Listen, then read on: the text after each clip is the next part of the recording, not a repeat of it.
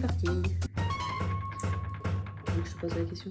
Je suis noire, je le sais, je l'assume, je le conscientise politiquement, donc ce sera carte noire, et après on est parti sur carte noire nommée désir, et on s'est dit que café, puis après chocolat, puis en fait sucre, étaient des produits de la colonisation. Aussi à la notion de panafricanisme et de carte noire, donc c'est-à-dire toutes les présences noires dans le monde.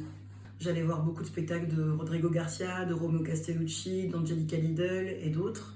Et je me suis rendu compte que l'ancrage du corps, le fait de travailler sur des récits intimes ou de travailler à des questions politiques, mais de manière assez engagée, me parlait plus. D'avoir un plateau, d'être invité pour jouer un spectacle, c'est énormément d'organisation, énormément de moyens, énormément d'argent public, et que ça nécessite un engagement total et que ça ne peut pas être pris à la légère. C'est un espace de prise de parole avec des gens qui sont là et qui choisissent de venir écouter, et j'ai pour le moment très envie que ce soit lié à des urgences de ce qui se passe autour de nous, autour de moi, pour les corps pas qui me ressemblent, mais souvent pour les personnes marginalisées ou pour les personnes qui sont mises hors de la norme et mises hors de la société. J'aimerais que les images et les textes continuent de résonner pour créer de la discussion derrière.